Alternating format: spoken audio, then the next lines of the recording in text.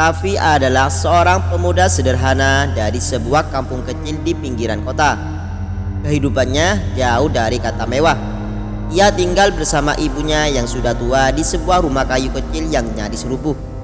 Sehari-hari Raffi bekerja sebagai buruh bangunan dan mengantar barang di pasar untuk memenuhi kebutuhan hidup mereka.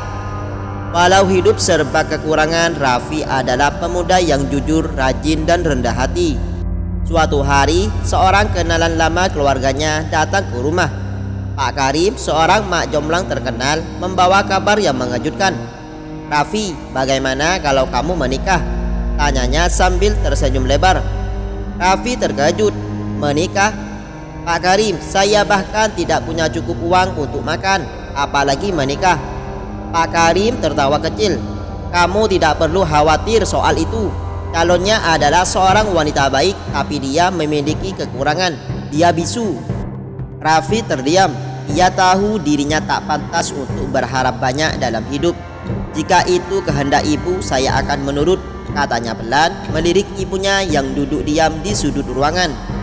Ibu Raffi tersenyum lembut. "Raffi, ini mungkin jalan terbaik untukmu. Kalau calon istrimu menerima kamu apa adanya, kenapa tidak kita coba?" Beberapa hari kemudian, Raffi dibawa ke rumah calon pengantin wanita. Rumah itu besar, megah, dan bercat putih bersih. Raffi merasa tak percaya bahwa ia sedang berdiri di depan rumah sebesar itu. "Pak Karim, apakah ini rumahnya?" tanya Raffi bingung. "Betul Raffi, jangan terlalu banyak pikir. Masuk saja." Saat pintu besar itu terbuka, seorang wanita cantik dengan rambut panjang terurai muncul. Ia mengenakan gaun sederhana, tetapi keanggunannya begitu memikat. Raffi menunduk gugup, menyadari betapa berbeda dunianya dengan wanita itu. "Kenalkan, ini Nona Salsabila," kata seorang pria parubaya yang tampaknya adalah ayahnya. Salsabila tersenyum ramah dan mengangguk pelan. Raffi hanya bisa membalas dengan salam dan senyum canggung. Dalam hati ia bertanya-tanya, bagaimana mungkin wanita secantik ini mau menikah dengannya? Ayah Salsabila kemudian menjelaskan, Salsabila memang bisu, tapi dia adalah gadis yang baik hati. Kami ingin ia menikah dengan pria yang tulus dan tidak memandang kekurangan fisiknya. Raffi semakin merasa tak pantas. Namun ia menyadari satu hal, inilah kesempatan yang mungkin dikirimkan Tuhan. Dengan segala keraguan ia menerima perjodohan itu. Di perjalanan pulang, Raffi terus memikirkan wanita yang akan menjadi istrinya. Apa aku bisa membahagiakan dia? Apa dia akan menerima kehidupanku yang serba kekurangan ini? Ia tidak tahu hidupnya akan berubah setelah pernikahan ini. Apa yang awalnya terlihat seperti keputusan biasa ternyata menyimpan kejutan besar yang akan mengubah segalanya. Hari pernikahan pun tiba. Raffi mengenakan pakaian sederhana yang dipinjam dari seorang temannya. Sementara itu, pesta berlangsung meriah di rumah Salsabila. Para tamu undangan, sebagian besar dari keluarga kaya dan terpandang, memandang Raffi dengan tatapan heran. Mengapa gadis secantik Salsabila menikah dengan pria miskin seperti dia? Bisik beberapa orang. Namun Salsabila tetap tenang. Ia menyambut Raffi dengan senyuman tulus saat akad nikah berlangsung. Di hadapan penghulu dan saksi, Raffi dengan suara gemetar mengucapkan ijab kabul. Kini ia resmi menjadi suami dari wanita yang meski bisu memiliki keanggunan dan ketenangan yang luar biasa. Setelah pernikahan, Raffi merasa canggung. Ia tahu dirinya memasuki dunia yang sangat berbeda. Salsabila membawanya ke rumah besar yang sekarang menjadi tempat tinggal mereka. "Ini semua terlalu mewah untukku," pikir Raffi. Namun Salsabila meskipun tidak berbicara selalu menunjukkan sikap ramah dan penuh pengertian. Di hari pertama mereka bersama, Salsabila memberikan sebuah buku catatan kepada Raffi. Di halaman pertama tertulis, "Mulai sekarang kita bisa saling memahami lewat tulisan. Aku mungkin bisu, tapi aku ingin jadi istri yang mendukungmu." Raffi terharu membaca kata-kata itu. Ia mulai belajar memahami Salsabila lewat bahasa isyarat sederhana yang diajarkannya. Setiap hari mereka berbicara lewat tulisan atau isyarat dan perlahan Raffi merasa nyaman. Namun ada satu hal yang terus mengganjal di benaknya. Mengapa keluarga sebesar dan sekaya ini memilih dirinya? Suatu hari Raffi memberanikan diri bertanya kepada ayah Salsabila. "Pak, maafkan saya kalau pertanyaan ini lancang, tapi mengapa memilih saya?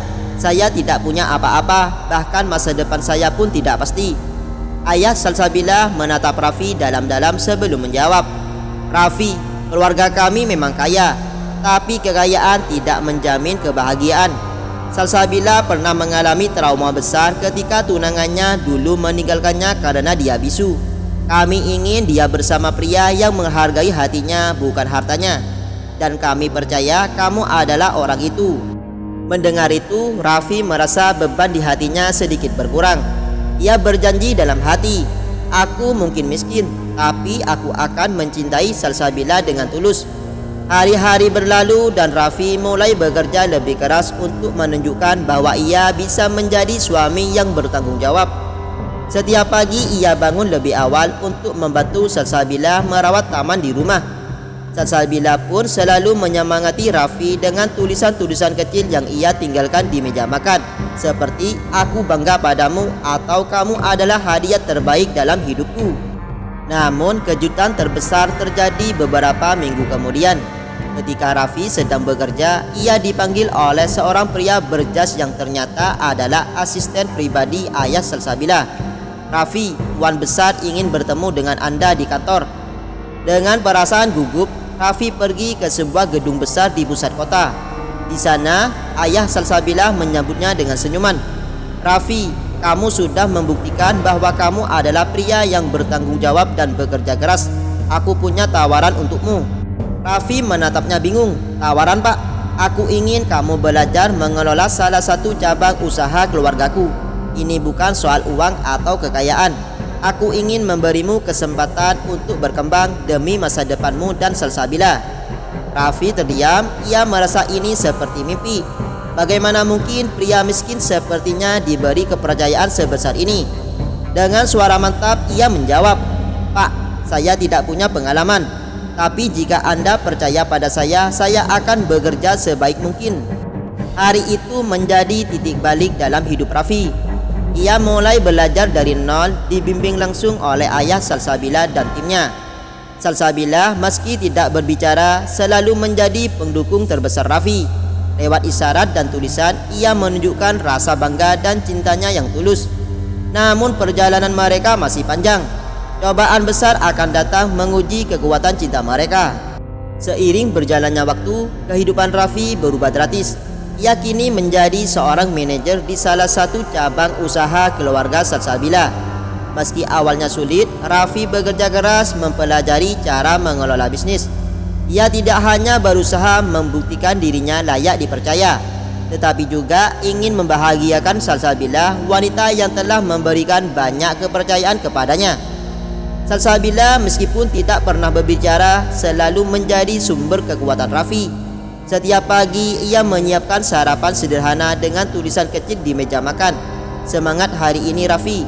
Dukungan itu membuat Raffi merasa dihargai dan dicintai meski ia tahu ia masih jauh dari sempurna. Namun tidak semua orang di sekitar mereka merasa bahagia. Beberapa kerabat Salsabila mulai mempertanyakan keputusan keluarga besar itu. Apa pantas seorang pria miskin tanpa pendidikan tinggi seperti Raffi mengelola usaha keluarga? Bisik mereka. Kabar itu akhirnya sampai ke telinga Raffi. Ia merasa sakit hati, tetapi ia berusaha menahan diri. Malam itu ia menceritakan perasaannya kepada Salsabila lewat tulisan. "Aku tahu aku bukan siapa-siapa, tapi kadang komentar mereka membuatku merasa tidak pantas menjadi bagian dari hidupmu." Salsabila membaca tulisan itu dengan seksama. Air matanya menetes, tapi ia tidak membiarkan Raffi melihatnya. Ia mengambil buku catatan mereka dan menulis, "Kamu bukan pilihan yang salah. Aku bangga denganmu. Jangan dengarkan mereka. Kita akan buktikan bahwa cinta kita lebih kuat dari keraguan siapapun." Keesokan harinya cobaan lain datang. Bisnis yang sedang dikelola Raffi mengalami penurunan besar akibat keputusan salah satu rekan kerja. Beberapa klien penting menarik diri dan perusahaan kehilangan banyak keuntungan. Beberapa orang mulai menyalahkan Raffi. Inilah akibatnya jika orang yang tidak berpengalaman memimpin. Raffi merasa tertekan. Ia ingin menyerah, tapi ia tahu ia tidak bisa lari dari tanggung jawab. Ia memutuskan bekerja lebih keras untuk mencari solusi. Salsabila seperti biasa menjadi pendukung utamanya. Dengan tulisan dan bahasa isyarat, ia memberikan saran-saran kecil yang ternyata sangat membantu. Suatu malam, Raffi mendapati Salsabila bergadang di ruang tamu membaca buku-buku bisnis. Ia terkejut. "Salsabila, kenapa kamu bergadang?" tanyanya lewat tulisan. Salsabila tersenyum dan menulis di buku mereka, "Aku ingin membantu. Aku ingin kamu tahu bahwa kita berjuang bersama." Raffi merasa air matanya hampir menetes. Ia tidak pernah merasa dicintai sedalam ini sebelumnya. Dengan dukungan Salsabila, Raffi mulai memulihkan bisnis perlahan-lahan. Ia menjalani kembali hubungan dengan klien lama, bahkan berhasil membawa masuk klien baru. Setelah berbulan-bulan kerja keras, usaha itu kembali stabil. Keuntungan meningkat dan bahkan para kerabat yang dulu meremehkan Raffi mulai mengakui kemampuannya. Di tengah keberhasilan itu, Raffi memutuskan untuk memberikan kejutan kepada Salsabila. Pada ulang tahun pernikahan mereka yang pertama, Raffi mengajak Salsabila ke sebuah rumah sederhana di desa tempat ia dulu tinggal bersama ibunya. Rumah itu kini sudah direnovasi dan dipenuhi bunga-bunga indah. "Ini rumah kita," tulis Raffi di sebuah buku kecil yang diserahkan kepada Salsabila. "Aku tahu kamu suka tempat sederhana yang penuh kedamaian. Aku ingin kita punya tempat di mana kita bisa memulai segalanya dari awal." Salsabila membaca tulisan itu dengan mata berkaca-kaca. Ia memeluk Raffi erat dan menulis, "Kamu adalah rumahku. Dimanapun kita tinggal, aku bahagia asalkan bersamamu." Kehidupan mereka terus berlanjut dengan cinta dan kerja keras sebagai pondasinya. Raffi belajar bahwa kekayaan bukanlah ukuran kebahagiaan, tetapi kejujuran, rasa syukur, dan kerjasama adalah kunci untuk mengatasi segala rintangan. Pesan moral dari kisah ini adalah jangan pernah meremehkan kekuatan cinta yang tulus. Di balik setiap kekurangan selalu ada kelebihan yang bisa melengkapi hidup kita. Raffi dan Salsabila membuktikan bahwa cinta dan ketulusan dapat mengubah hidup menjadi lebih baik meski dimulai dari nol.